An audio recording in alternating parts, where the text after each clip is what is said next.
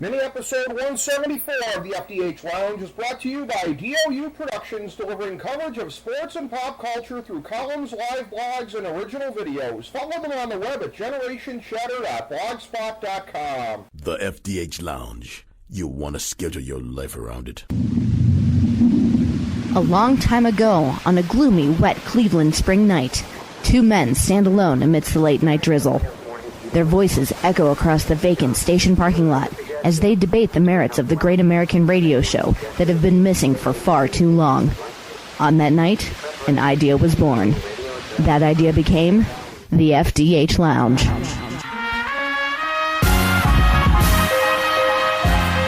Welcome to the FDH Lounge. Okay, folks, welcome to mini episode number 174. We are winding down the Kyle Ross History of SummerSlam Anthology. Rick Morris and Kyle Ross, this is part 4A. We are doing 2003 to 2006 today, Kyle.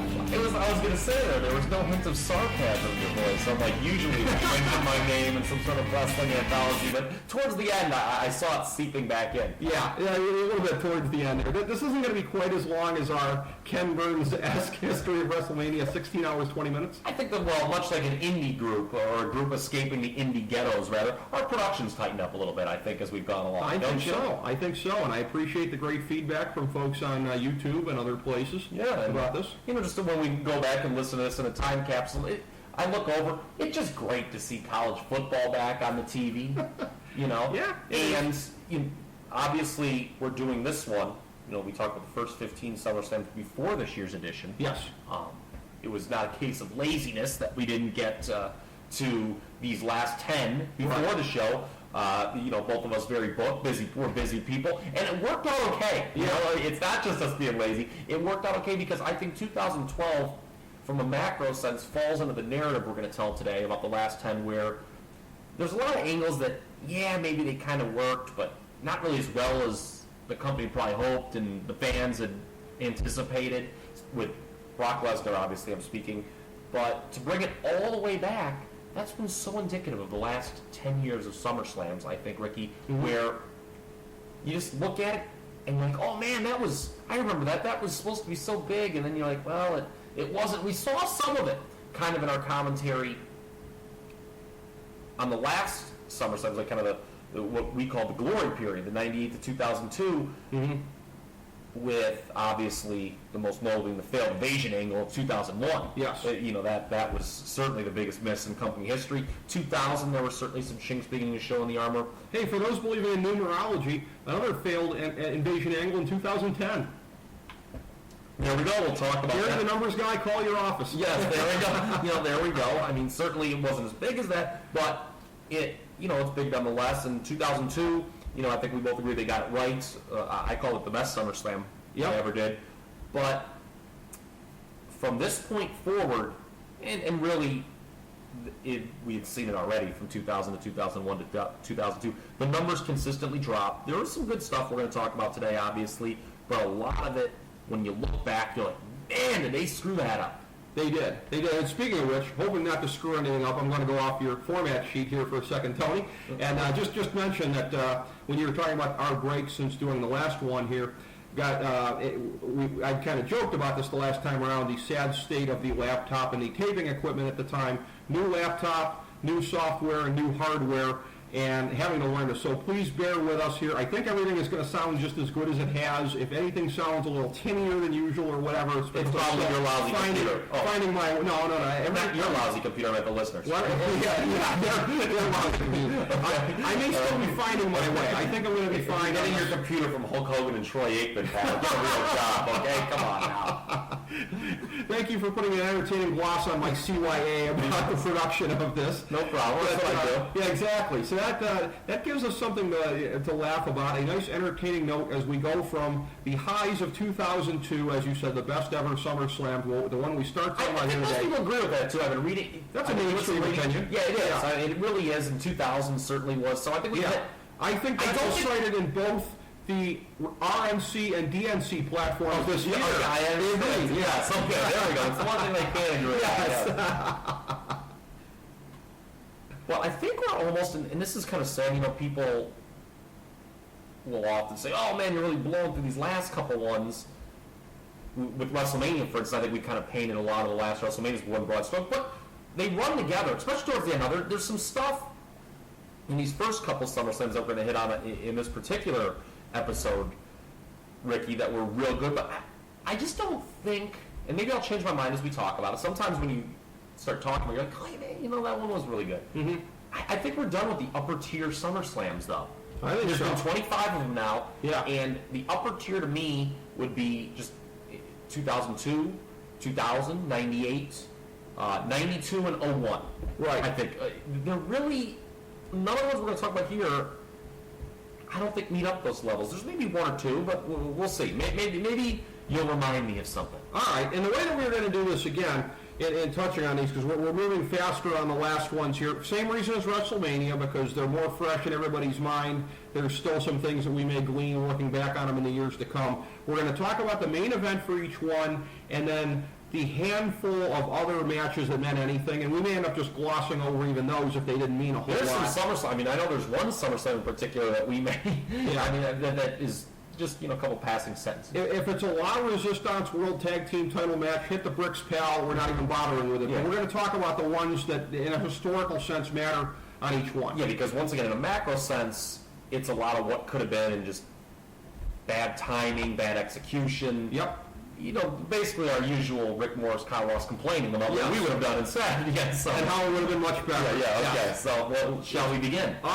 We shall. Now, on 03, I'll let you have the preference here. Do you want to start with the main event, the Elimination Chamber, or you want to start by building up to it? What's your feel? I'll just, I guess, briefly mention the SmackDown title match. Okay. The Angle Lesnar. First ever split world titles at SummerSlam. That's a great point. That's a great point, Ricky. You know, 02 was the first SummerSlam post-brand split, but it was still the early stage of they were trying to feeling out what they wanted to do. Last pay-per-view ever with the unified world title. Yes, that was obviously the ascension of Brock Lesnar to the top of the pecking order. Mm-hmm. And the following year, you have two world champions at this point. That Angle Lesnar thing was kind of messy. Well, it was a very good match. I think it's a top 15 SummerSlam match ever they have. But it wasn't messy because Angle to me is never a good face. He's a natural heel, And for the second time in 3 years, he was a big-time face at SummerSlam. It was Austin in 01. Yeah. I mean, he was good at it, and I'm not saying they were wrong for doing it, but that was just mess. Remember, they just... There was obviously, it was weird because at WrestleMania these two had worked against each other when, Angle was really hurt, and Lesnar almost became even more hurt when he screwed up the Shooting Star Press in Seattle at WrestleMania 19.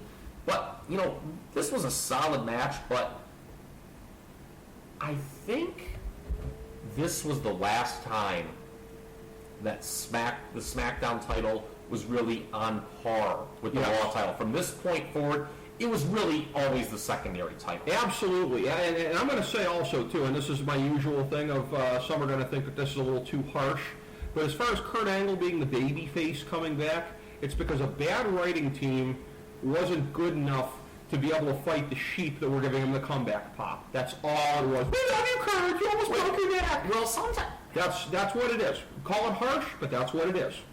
It kind of is. Now, I kind of take a different tact, Okay. and I've always been of the approach that if the fans want to write the storyline for you, don't get in their way, unless if it is going to do long-term damage. And now, it was interesting because by 04, Angle was reprising kind of the old hero, all the stuff, he's obviously when he went on the feud with Eddie Guerrero. Right.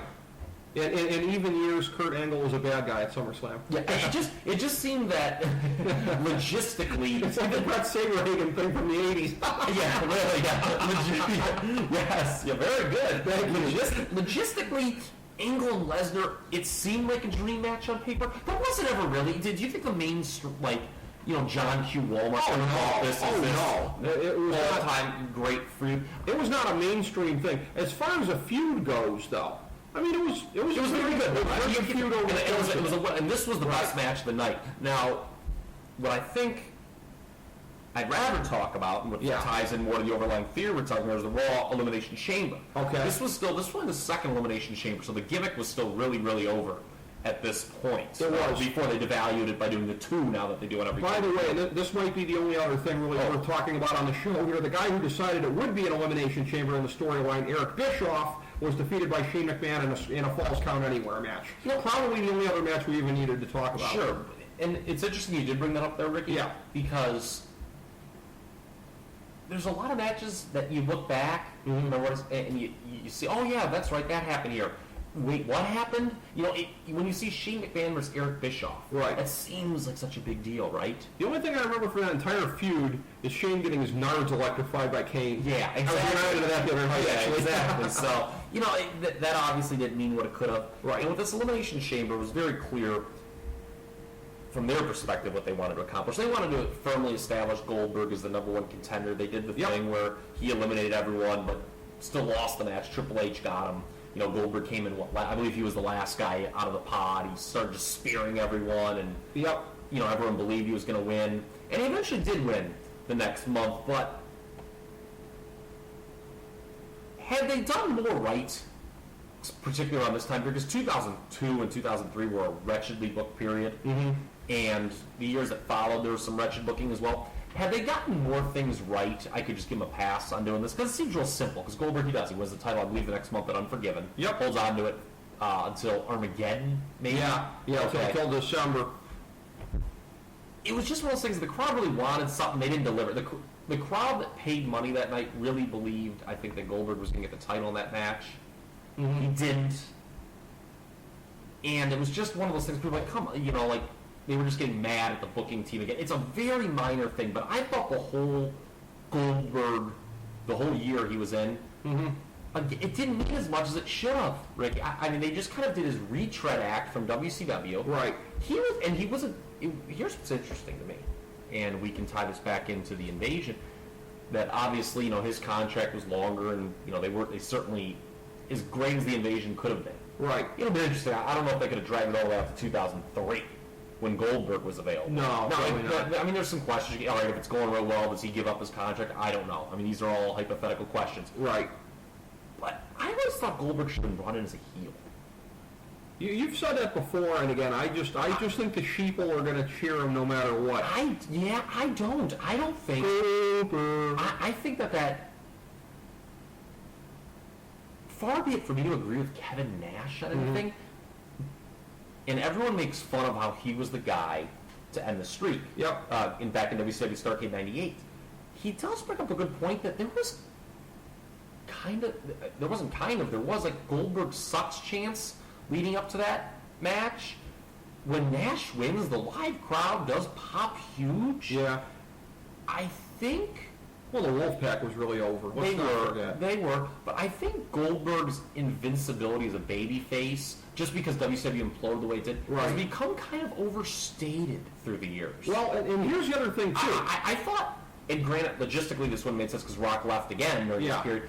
I thought in my head, when I'm just, you know, dreaming what I would have, I think a Rock Goldberg kind of, we're in Hollywood, we're larger than life guys, we're too good for you. The Rock was already kind of doing that at WrestleMania. If Goldberg would have kind of come in with him, rather than,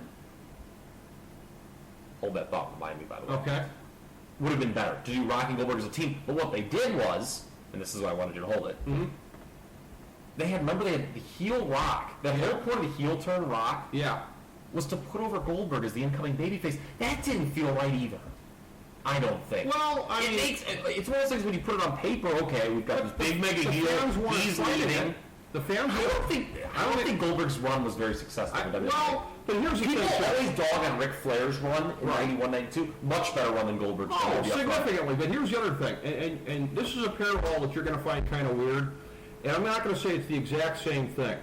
But when we talked about '94 with Luger, and when or '93 rather, at SummerSlam, when they decided to draw out the chase until WrestleMania in '94, and Luger ended up never getting the title. And I said to you, Luger couldn't afford that because of everything that happened before. When Goldberg got the title in September of '03, we forget this. It had been almost 5 years since the man had won a world title, December of '98. I mean, he was never a champion towards. No. Dude, he never held the world title after he lost it to Nash, I don't believe. Really? No. I don't believe Not even in that. that 99 run, I don't believe. No. Are you sure? I'll look down. Now, I'm certainly not All right. faulting your claims. I remember in the Russo period, didn't they reprise the Montreal finish? Or did they do it to screw him? I can't remember anymore. I remember him wrestling... I remember him wrestling in title match. I don't know if that's so sad that I can't remember if he won. Yeah. And he had that big heel run too. Remember Bischoff, the heel turn Vince McMahon can't stop? I Right. don't think he won it there though either. Right. I'm looking at this to see here. It would have been that, because Russo started playing hot potato with the belt. Right. You know what? He didn't. He didn't. Because Bret Hart. That's right. Yeah, Bret cost him. They did the tournament. Remember that ridiculous tournament they did? Right. Hart won it. And then he wound up getting stripped of it. He never got beat because remember he got hurt, and then then came the Sid Benoit leaving. Yeah. He never did win it. Wow, Yeah. that's right. Yeah, I was wondering about early fall of 2000 during that whole period there with Russo, but that was Booker T was always the face that had the belt then, not Goldberg. Yeah, you're right. So yeah, that was okay. Oh, and I remember what it was, but it was because Goldberg speared Russo through the cage, and that's how Booker T lost the title. I knew that Goldberg was involved somehow, so I was right. So it had been almost 5 years since Goldberg had the World Heavyweight title. So they're looking at it like, what's the harm? Draw out the chase for another month. Goldberg coming in, having, as you said, kind of a soft thing into the company here, that feud against Jericho, which kind of, was kind of a wet fart. And by the way, It was kind of a good initial feud. There's some history. Although I didn't like, but the net wasn't fair to Jericho. the net being what it is, I think word had gotten out about the backstage thing where Jericho punked him. I think that cut his legs out from underneath him too. I don't think Goldberg had the margin of error to wait one more month. And here's the thing here about SummerSlam. Now that we're in the era, and this has been the case for several years now, of where you have 12 pay-per-views a year, and sometimes it's been more than that since then, there's a tendency to make SummerSlam just another pay-per-view I don't like as that. opposed to one of the big five or big four. I don't like that. And would you agree with me that the finish in this match suggests exactly that? Triple H is going to hang on to it, and then at the SummerSlam Backlash, or, Unforgiven, it ends up being Goldberg. This just came to me, and this is Okay. why maybe we should give them a pass. Maybe Okay. they were being too critical. Okay? They had started doing the brand-only pay-per-views during this period. Yes. I mean, they were very new. I believe the first was June 03. You're absolutely Kevin Nash. right. Bad blood. And so Unforgiven was a Raw-only pay-per-view. Yes. They needed... They're thinking, this is clearly what they were thinking. Okay. I'm not defending, criticizing, but their thinking was clearly, well, we need a big sell for this next Raw-only Rematch. pay-per-view. Goldberg Triple H. Boom. You're right. You couldn't do it especially because it hadn't been one-on-one. Yeah. So... Don't go just soft on saying. him, Kyle. I'm just saying that was their thinking. I'm not All right. criticizing or defending it. All right. That was their thinking. It was, again, just an awful thing. Triple H with a sledgehammer at the end, cliched, bad Triple guy H was win. kind of annoying. He was pretty annoying. This was the height of his political power It and was. gamesmanship. He had held on to the title except for that real cup of coffee Michaels had with it. Yeah. The entire year since the previous September. Since they just gave it to him, and I guess they were trying to. I guess that's I will say this, not to give Triple H a pass. You do want to, if you're going to do something awful like just hand a guy a title. I guess you do want to establish it. Doesn't make sense to start changing it right away. Well, they didn't have to do the storyline where it got handed to them in the first place. They could have done like a four-man tournament or something. Or I don't think there should have been two titles. Personally, no, it shouldn't have been. But I'm saying the way they did it with just handing it was the worst possible way. So that was 03. Anything else even worth talking about there? This was not a terrible show by any means. It's a middle of the road SummerSlam. I just remember really not being that into the company at this period. No, I wasn't. I don't know what I was doing in the summer of 2003. Do you? No, I didn't know you. I didn't know you then, so I couldn't answer that question. As sad as I knew myself then, I don't know. The one other thing I'll say, I mean, this doesn't mean anything in terms of history, but this must have been a pretty good match. In 10:50 for the United States Championship Fatal 4-Way match, Eddie Guerrero defeated Chris Benoit, Rhino, and Tajiri. That must have been a damn good match, but that was okay. I remember. Okay. I remember it wasn't WoW. It wasn't an OMG MOTYC situation. Okay, all right. So 03. I mean, it is. I'm gonna SummerSlam. Talk about off air. The down arrow that since 02, it's been continuously losing buy rates, and a year like 03. Being mediocre like that really helped set the template for what was to come. Meanwhile, you killed it today. You killed it. You're gonna kill me? Those in charge would kill to have the names that they had in 03 today. They absolutely would. There's no question about that. 04 was a weird one. It was in Toronto. It was a Bizarro crowd, folks. I believe this was the birth of Bizarro World. I think it was. And again, on the theme of there's only a handful of matches worth talking about here. And certainly the Kane, Matt Hardy, Till Death Do Us Part match is not one of them. Let's start with the undercard match, as it were, Triple H found himself in. He defeated Eugene in a singles match in 14:06, but it wasn't yet a clean victory for Triple H, was it? It was still with some shenanigans? Yeah, and I did not... The whole Eugene thing was a mid-card act. It got hot. And Triple H, for whatever reason, wanted to get involved with it. It was hot and he glommed onto it. And it was bad.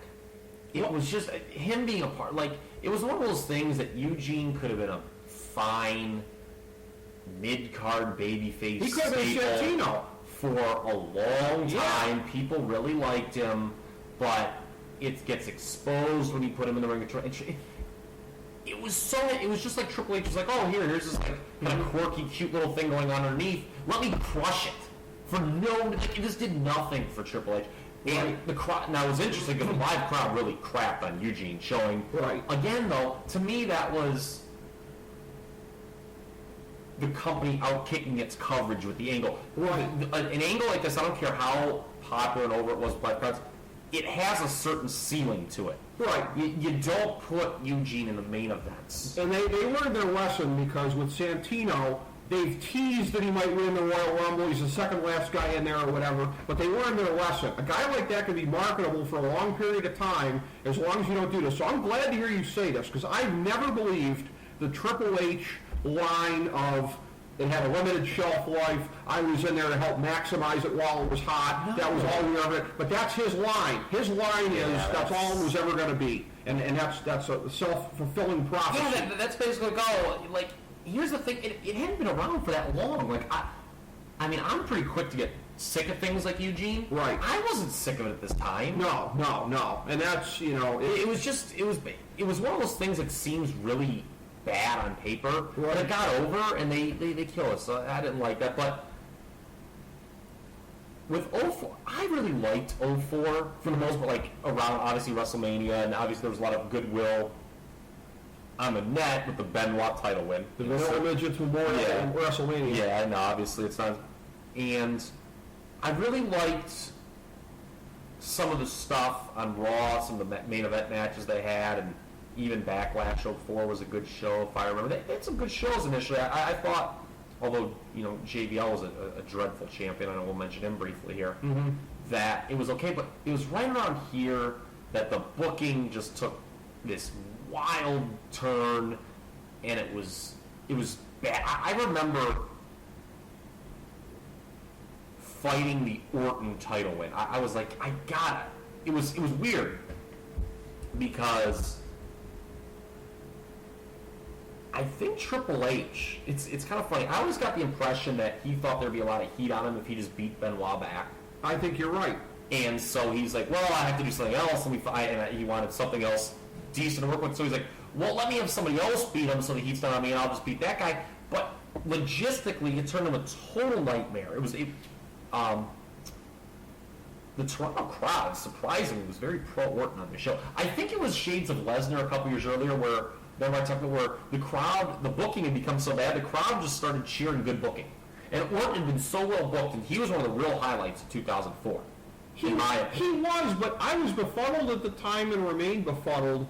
That crowd notwithstanding, I never, ever got the thought that the crowds were just dying to cheer Randy Orton. I never got that feeling. They misread it. It was weird. Yeah. Randy Orton is and as we certainly saw in the months that followed, was a lousy babyface. He was just being cheered. He was playing a real scumbag heel. Yeah, it cannot be. He was cheered. Character. It shows the change in the audience. Not a cool heel by any stretch. It shows the change in the audience, and we see this a lot today, where guys who are booked are cheered solely based on being booked strong. Right. And no one was booked as strong in 2004 as Orton. Got 2 wins over Mick Foley on pay-per-view. Had a great singles match at Backlash '04. And I think that's why the crowd just cheered for him. Benoit, if you remember, it was real great initially, and he main evented that Backlash in Edmonton, but I thought he was kind of an afterthought. Remember, he defended against Kane in the mid-card. Yeah, when Triple H and Michaels main evented in kind of a boring Hell in a Cell. Yeah. At whatever the June '04 paper, I don't remember if it was Bad Blood still in '04 or whatever, but it was just bad execution. Yep. All around. I thought that the money would have been in, because obviously everyone knows what happens. Orton wins the title from Benoit, and then Evolution turns on him. Yep. And he goes face, and Triple H wins the title as a heel. They eventually worked it out with the Triple H Batista program. That was like the all-time great save in company history. And, and one could argue that it worked better than Triple H Orton might have ever would. But to me, when the Benoit thing was running out of steam, and it kind of was, I guess. I mean, as much as I like Benoit, it didn't seem like there was he had a nice run, WrestleMania to SummerSlam, and today, in today's environment, it's not bad. Yeah. But it seemed like he was kind of running out of steam. Put the belt back on Triple H somehow, and don't you have Orton as the guy who kind of usurps the lead, and they dump Triple H as the leader? Or do you have Orton break away from Evolution? I mean, regardless... Triple H didn't want to lose Evolution, though. Yeah, that was his Ric Flair vanity gimmick. It was... It just... The whole thing... It's so funny that Orton came out of SummerSlam so strong, and a month later was so weak. It was just like one of the most shocking things Next thing you know, it's, hey, I'm beat up by Gage. My big push away. So it was on to that before you know it. But it was an absolutely pathetic type of booking situation there. The only thing more pathetic was his text messages we received from Shan Reedpack. Which we can't read yet. Okay. No, Bob Sacramento. Hello, someday when he's listening to this podcast 8 years from now, he's like, what's my text?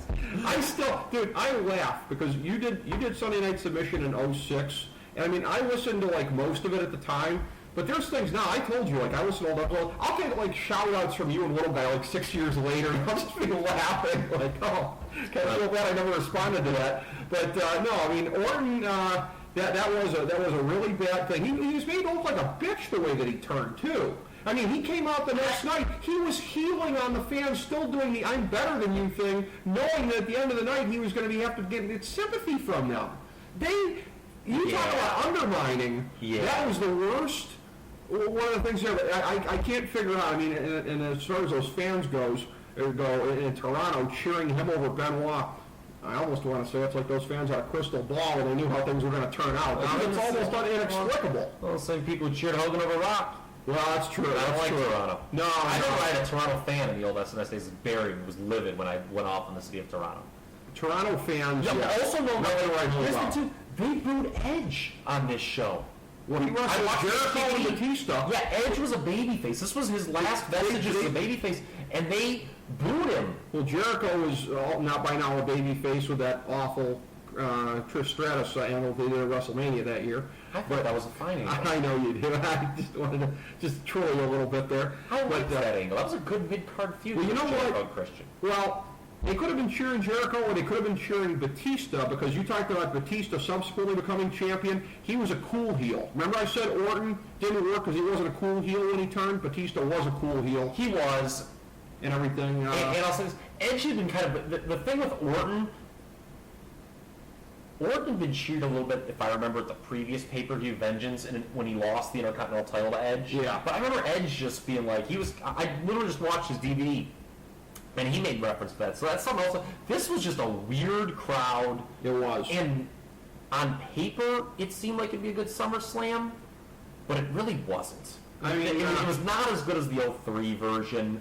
The SmackDown title, just real quick, we referenced that after that, and it really, JBL, that awful reign. The crowd didn't like this match. JBL, Undertaker. Wins by DQ. This is a perfect example of what I'm talking about, that many times, especially with the SummerSlam Championship, it was just another pay-per-view.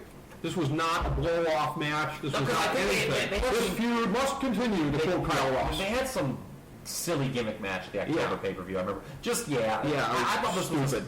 This was not a middle. If there's 25 SummerSlams. This should have been fairly decent on paper. Kurt Angle, Eddie Guerrero. Angle wins by submission. John Cena over Booker T in the first of a best-of-5 series match for the U.S. title. I look at this thing, and on paper, it should have been fairly decent. Yeah, but to me, the Dudleys against three great workers. That's Spike with the Dudleys, by the way, against Mysterio, Kidman, London. How is this not a good show? I don't think it was. It was just weird. To me, it just fell flat. And it was during a suck period, too. Yeah, well, I thought it had been good for a while before. What was Shelton Benjamin on this show? He was real hot. Yeah. Or was that after, that was... No, that was during here, yeah. Where was he? Where was Shawn Michaels? I think he was selling an injury gimmick to get time off. Okay. So, which he would do subsequently a lot in the years to come. The next year, of course, he would be right in the middle of the main event. I didn't even do that intentionally. That was unbelievable. Setting up the segue for Morris. The heel turn that he did. The very brief heel turn. Yeah, and I'll tell you what, folks, you got to find this on YouTube. I laugh my nards off every time I see it. Promo in Montreal.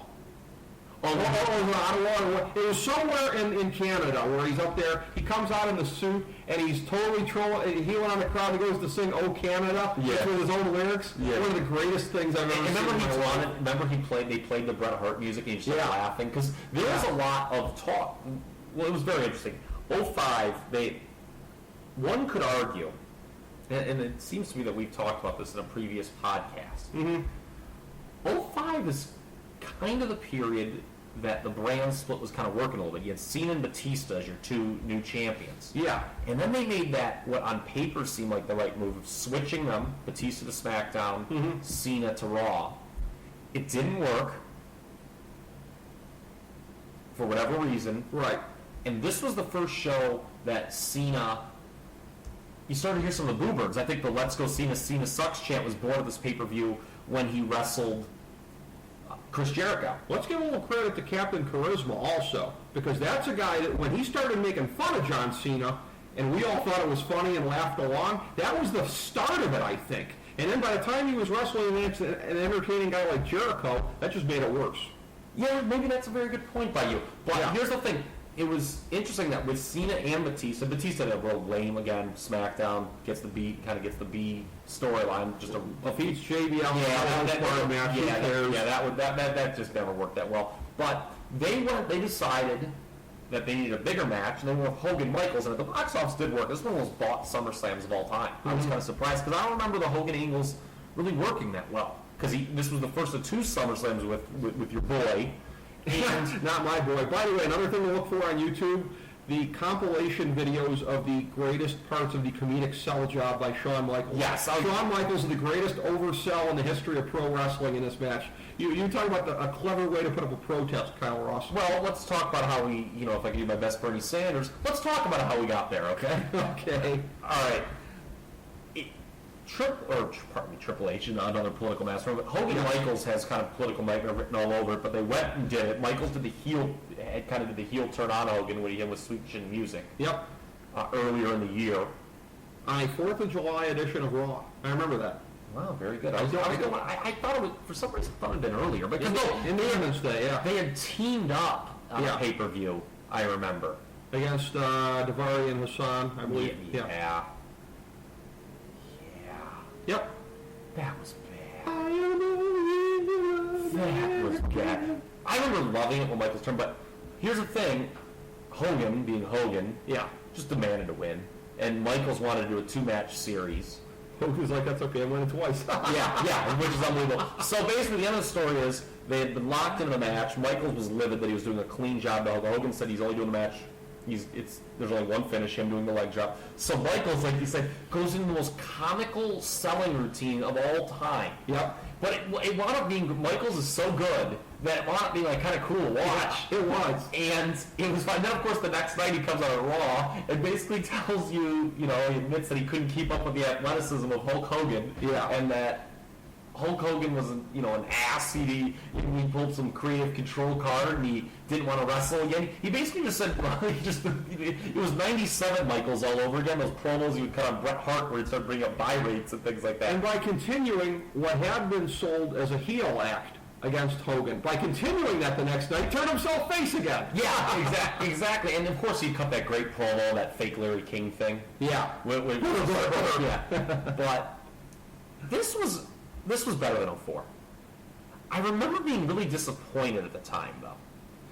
It seemed that some stuff kind of fell flat. Batista JBL wasn't very good.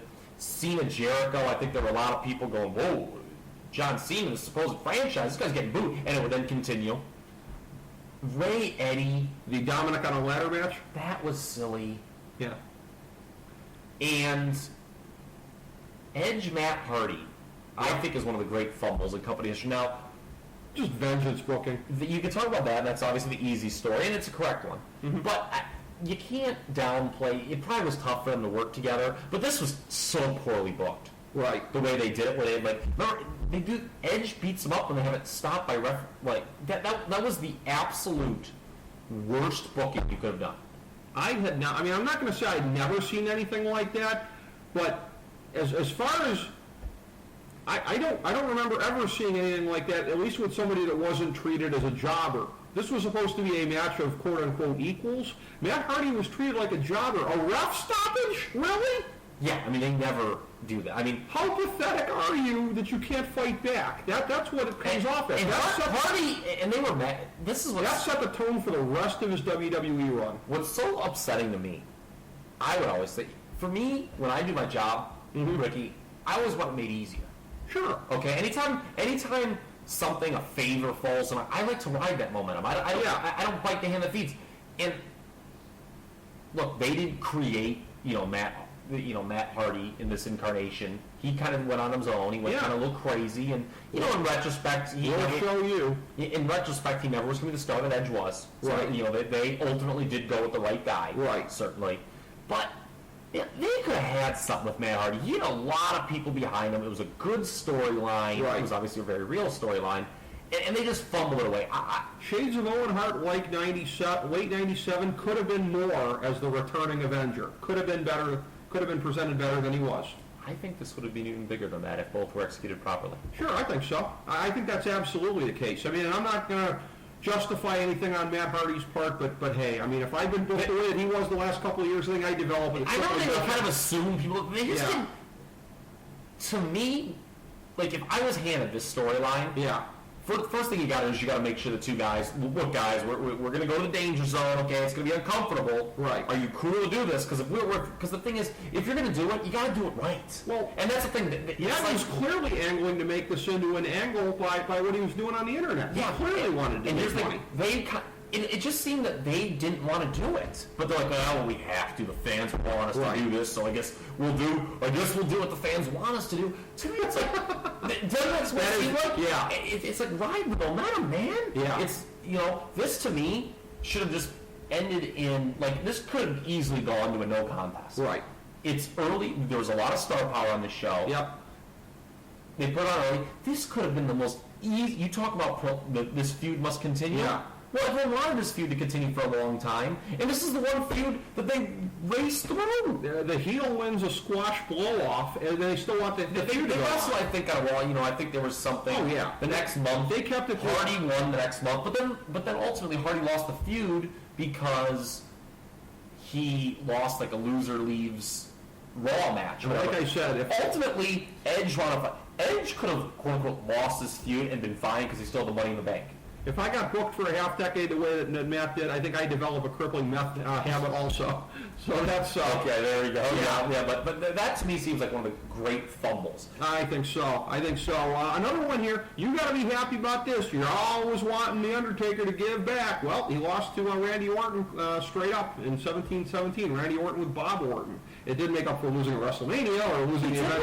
I didn't even remember that. He lost here. He jobbed. Well, and I believe it was relatively clean. Yeah, Orton was back as a heel here where he belonged. But I'll be honest with you. I just thought Orton was forever damaged by that 04 period. And I always bought him as even today, like when everybody was so cool as the Viper. Right. I mean, he was kicking when he first started. Oh wait, 09, he was pretty hot before. Yeah, but other than that, I've always gone back to man, this guy just seems like he's missing something. Yeah, no, you're absolutely right, and I think work rate, especially in these years, was a big part of it. Also, Kurt Angle defeating Eugene to get back as Olympic gold medal. Eugene with Christy Hemme in his corner. She apparently doing the Pity F storyline with Eugene. That's all I can figure. I can't remember that. Christy Hemme was hot. Really hot. Why did they get rid of her? Still is, actually. For any of the 3 people in America that watch Impact Wrestling, you can see what I'm talking about. So that was 05. 06, a little bit of continuity here, because you had, once again, Hulk Hogan not in the main event this time, but again, you talk about a guy missing something, Randy Orton. Boy, he was going to be missing his wallet after this one, because Hulk Hogan demands to go over him clean with the leg drop, and he does. We keep bringing up, Hulk, first of all, I think there was a lot of star power in this SummerSlam. I remember this during SNS. Yeah. I'd have to go back. I'd really be interested to go back and listen to our recap of this show. I have from time to time. It's interesting. Because I was probably fairly negative of that, I'm guessing, at the time. But well, watching it at Harpo's didn't help. Yeah. I love Harpo's, but the crowd not so much. That's right. And we have like bad seats. Well, here's the bet. I remember this now. We'll jump ahead to the tag team match. DX against Vince and Shane. That was one where this was outstanding, because it was one where they were doing. Remember how they were doing it? The McMahons were doing the interference from a lot of the heels on the card. They were doing that gimmick, and the whole thing. I don't know if you remember this or not. This was great. This is one of the greatest things we ever heard at that place. When the Big Show comes down to the ring and goes in there to attack DX. One of the El Marcos around us. I can't believe the Big Show sold out. God bless that. The other greatest line of the night. Look at Hulk pose. That's great. Those two. The look on your face is just awesome right now. Well, regardless of those very atrocious commentaries from the fans, sometimes by the way, you don't listen to the fans. But, please don't. There was a lot of star power in the show. And so what's funny is, at the time I probably was a little annoyed, but in retrospect, God, give me this show over anything that's happened since. We didn't know what was in store for us in 06. Now, 06 was a dreadful year in general. Yes, but it seemed like a lot of things crossed on this show. They added Hogan. Yeah. DX was in that semi-main. You had They'd reunited earlier this year. Cena and Batista on title match programs again. Yep. You had Big Show Sabu and an ECW title. I wasn't going to bring it. But you had Big Show Sabu. Foley Flair in what was kind of something that I thought was pretty well done. Yeah, that was the ultimate match. Yeah, that was especially for where those guys were. This Charlie Ray, after Ray's title reign, got the Mercy killing. Yeah, this was. There certainly has not been a SummerSlam since then better than this one. This to me is a second tier SummerSlam. It's the best one we'll talk about all day today. Clearly. Just based on star power alone, right. It had some good things going. Now I can complain at pretty much every turn. Hogan going over Orton, I'm sorry, that's unforgivable.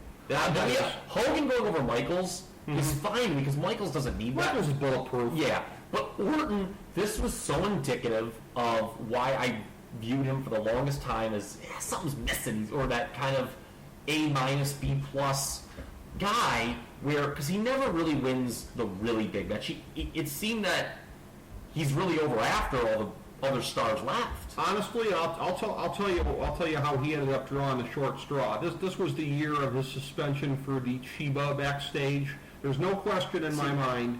This was an extension of that. See, that's why you need me book. I wouldn't penalize anyone. No, you wouldn't. But of course, they would certainly all of a sudden be elevated, so to speak.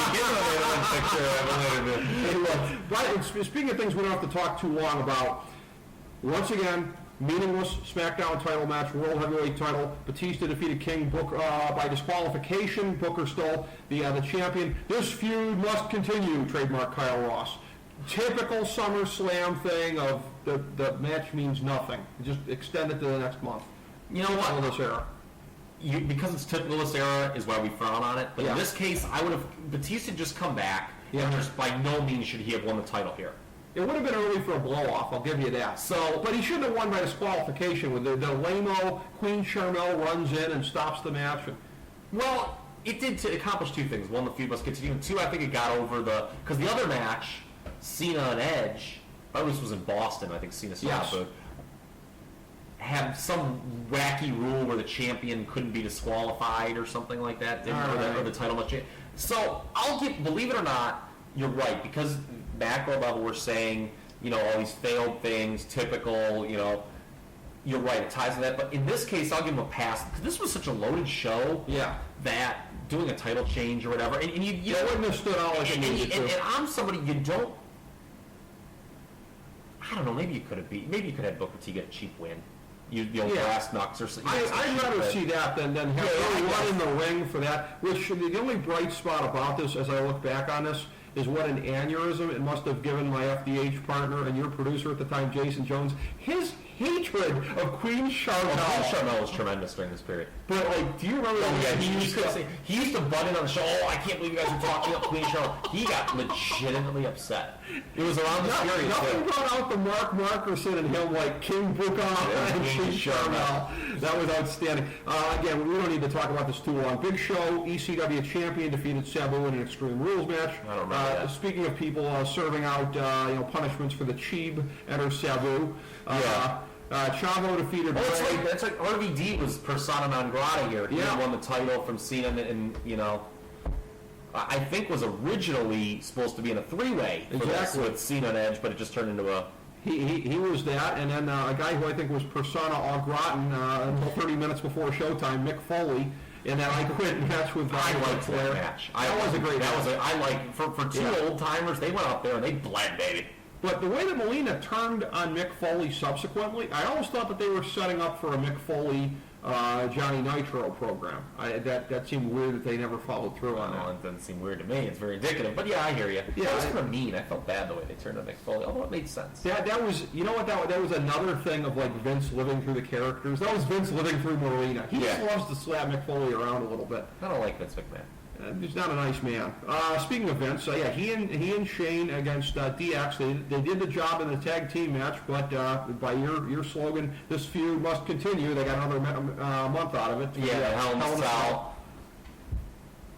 I remember us being so negative during this period, and it's funny because, God, the star power seems so much greater than it is now. Well, you and little guy were campaigning furiously against the DX reunion, and it did do pretty good business, I don't think I was. He was more against it than I was. I just didn't like the execution, PG nature. Like, to me, the real DX is the original incarnation.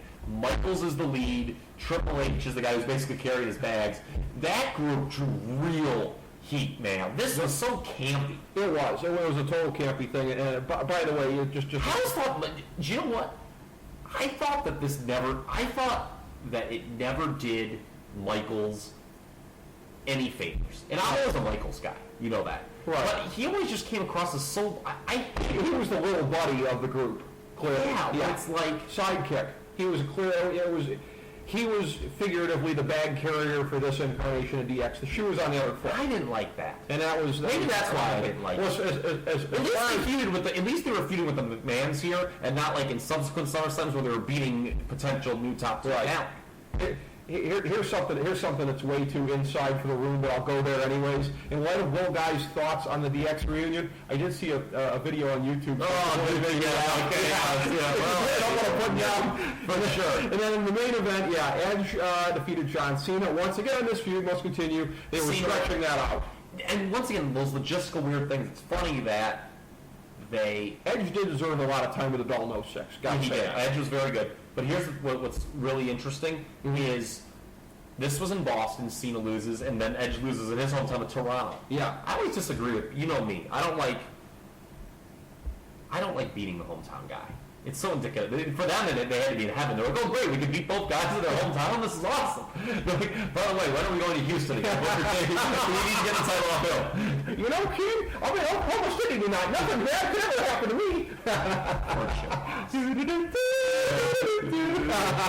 But no, Edge and so they ended it on kind of a weird note because SummerSlam, it's had sort of on and off the notion over the years. I'd say more so in recent years where they've tried to cultivate the thing. Because in recent years they've had the SummerSlam Access.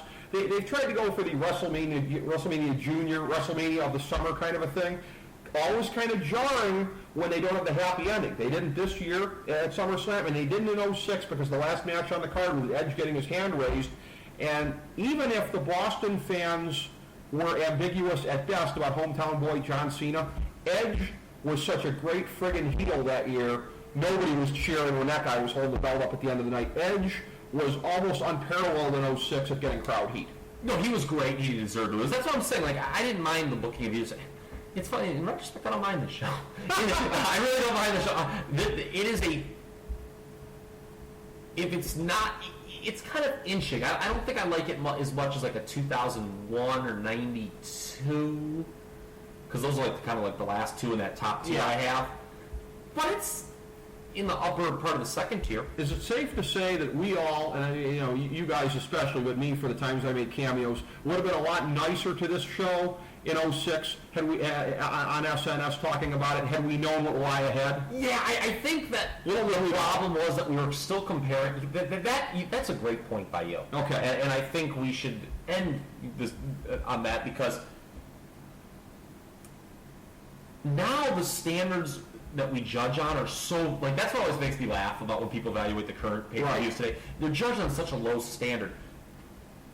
Me and the little fella on SNS, we always judge on such a high standard. And it's funny, compared to today's standard, this show's a home run.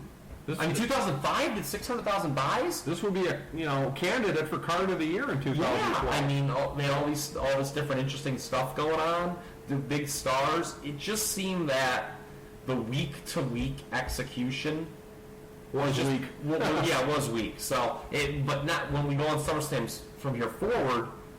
It's just like, just another show. Hopefully, now it's funny. I was reading, Meltzer actually wrote this. And he legit. I'll get when we talk about it. Okay. The new one. I'll get it verbatim. I'll write it down when we do the next mini episode. But he's like, well, he almost came out and said, well, if you buy these pay-per-views really wanting something to happen, you were disappointed. People order pay-per-views not wanting something to really happen? Right. That's just astounding to me. That is kind of weird. Oh, by the way, too, this was the last time they're going to get a chance to book him at SummerSlam. No Chris Benoit that year. What a missed opportunity. What was he doing?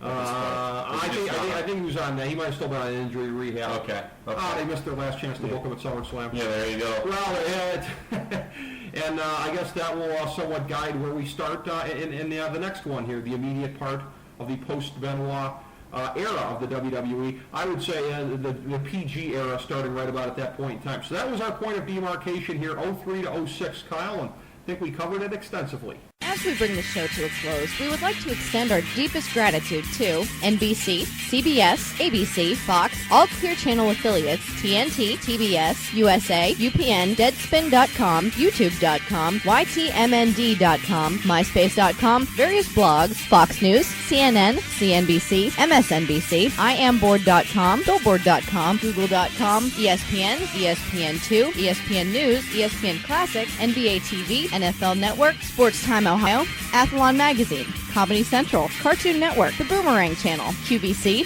BET, The Spice Channel, Steno Notebooks, Manwich, Papermate Office Supplies, waitresses, strippers, bartenders, garbage men, janitors, microwave popcorn, the writers of The Office, Scrubs, Entourage, My Name is Earl, Oz, Metalocalypse and the Boondocks, Aquafina, and the periodic table of elements.